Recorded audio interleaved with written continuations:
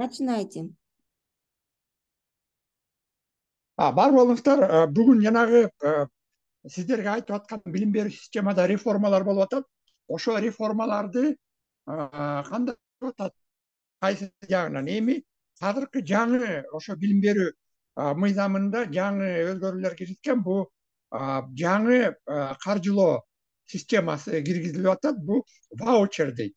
Ваучер дегенде бул кандай бир сертификат эмес, ошо мамлекет ар бир окуучуларга 1,3 миллион окуучуларга ошо акча түшөт да. Мындай айтканда, дүйнө жүзүндө ар кандай механизмдер бар билим берүү системасында. Ошо негизи натыйжалуунун бирөө бул ваучерлик система. Ар бир бала башына каржыланат. Эми ошого караганда нормативдүү азыркы каржылап аткандарда бир эгерде жана бюджетти 53 миллиард бөлсөк, 12.000 сомдон баштап 25.000, 33.000 сомго чейин барат экен. Эми баягы региондорго карата. Биз ушу билим берүү демилгеси боюнча жарандык коомдордун эксперттери боюнча алып ар кандай тажрыйбаларды изилдеп келип, ошо ваучер системасын киргизсек деген деп ошо өзгөрүүлөр билим берүү мыйзамында киргизилип калган. Эми ваучер дегенде жанагы ар бир адамдын башына каржылаган деген. Эгерде мисалы Кызылкыяда 12.213 сом бир балага, же болбосо Сүлүктү шаарында 24.685 сом болот экен да, мындай айтканда, каржылаганда. Бул ошо мектепти каржылайт. Мектепте окуп атканда канча сандары көп болсо, ошо балдардын ошо мектептерге жакшыраак болот. Эгерде бирок бул каржылаганда албетте каршылыктар дагы көп. Анткени менен жанагы сандар аз мектептер болот, региондор же тоолуу аймактарда.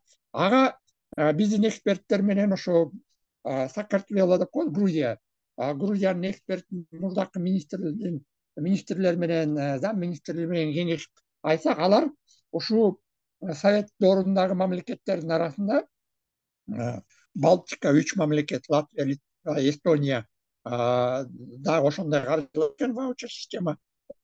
Саакартвелодо, Грузияда мындай айтканда ошол система менен өтүшүптүр өз убагында эле. Анан албетте ал натыйжасын кандай бир алып келиптир деп. Көп эле ошондой каржыланат көп мамлекеттерде. Мисалы болсо, дүйнө жүзүндө эң жакшы биринчи орунда пиза боюнча турган мамлекетке алдыга жүрүп кетти. Анын баары жанагы ар бир баланын башына каржылайт экен, канча бир 1000 сом. Ошого Кыргызстанда биз өтүп атабыз шаарда. Эмки жылы болсо шаардын бир райондор эксперимент катары кирет.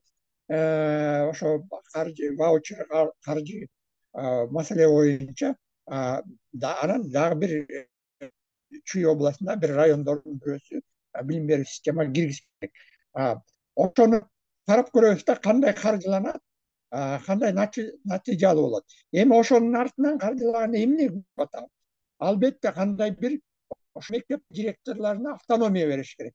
Ошо акчаны сарптаганда. Анткени мен жана айтып атпаймынбы, бир коркунуч 96% бул мугалимдердин акчасына кетет. Эгерде ошондой келсе, мектептерде санына карата нормативдер бар. Кандай бир ошо нормативдер бузулбаш керек да. Мындай керек болсо директор автономия болгондо кошумча сабактар береби, акча көбөйүп кетсе, же болбосо ошо акчаны ремонт деп атабызбы, эч качан муктаж болгон мектеп эмнеге муктаж болот, ошого сарпталат. Албетте 2-3 смен бизде Бишкекте мектептер бар, 4,5 3 смена окугандарга албетте ошолордун акчасы көп. Эгерде мисалы 2,5 миң же болбосо 1,5 миң мектептен караганда, ошондой эле имаратта баалы ошо мындай айтканда, бул акыйкаттуу каржы болот деген киргизип атабыз.